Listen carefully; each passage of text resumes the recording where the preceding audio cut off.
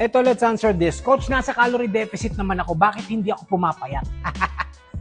Tatampalin ko kayo ng katotohanan. There is only one reason bakit hindi kayo pumapayat o na-caloric deficit. It is because you are not on a caloric deficit. Pero bago natin sagutin yan, sagutin muna natin to si Aben. Pasigaw, boss! Followers mo ako. Gym trainer here in Dubai. Hoy, Aben! Okay na ba yung ganong kalakas, Aben?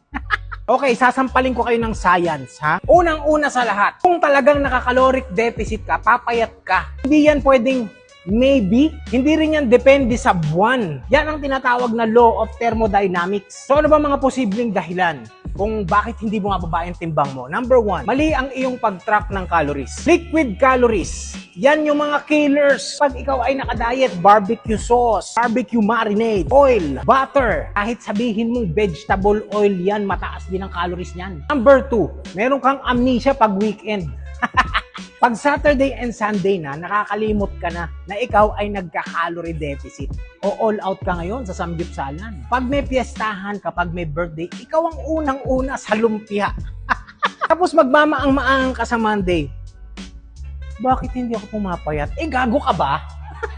Number 3, metabolic adaptation. Matagal ka nang nasa sobrang babang calories. So, bumabagal na yung galaw mo, bumababa na yung NEAT or non-exercise activities mo. Hindi mo namamalayan na dating naglalakad ka papunta sa trabaho, ka-tricycle ka na or nag-jeep ka na. Mga malalapit lang na dapat mong lakarin, kinokotse mo pa. Hindi mo namamalayan yan dahil nga wala ka na ganong energy, wala ka na rin gano-ganang gumalaw. Ibig sabihin lang nun, naka-maintenance calories ka na pala. Dahil yung calories mo noon, hindi nakagaya ng calories mo ngayon na medyo mababa na yung timbang mo. Number 4, meron kang water retention. That is one possibility. Pwede yang makuha sa stress, sa puyat, sa mataas na sodium na pagkain. Hormones, pwede ring maka-apekto yan. Tatakpan or napapalitan lang ng tubig yung mga taba na nabawas sa'yo. Kaya it reflects on the weighing scale. Dahil dyan, bibigyan ko kayo ng tip. Paano ba malalaman kung ikaw ay naka-caloric deficit? So it's all about observation and tracking. Numbers don't lie. So kailangan tinatrack mo yan weekly. Number 1, dapat bumababa ang weekly weight mo. 7-day average. Kung bumababa ka ng 0.25 up to 1%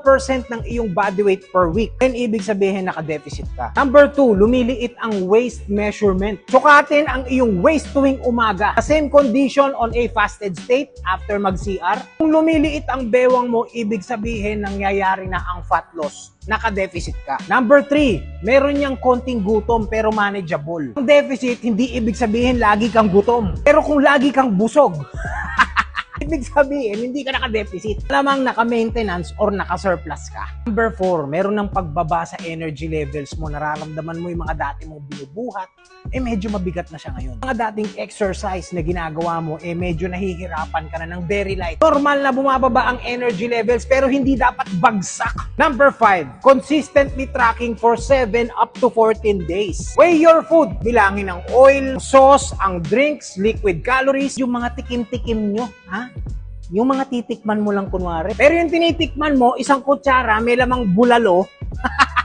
Gago ka ba? Sabihin nun, hindi ka naka-deficit dahil kakatikim mo. Merong cake, titikman ko lang. Yung tikim mo, isang kutsara pero ganyang kalaki. The bottom line, hindi feelings nyo ang basihan ng deficit, kundi data. Data ang magiging basihan nyo kung ikaw ba ay talagang naka-caloric deficit. Scale trend, waistline, consistency, of course, your honest tracking. Dapat accountable ka. Kagaya ng ating mga client. Boom! O ha? Ayayabang. Healthy selves.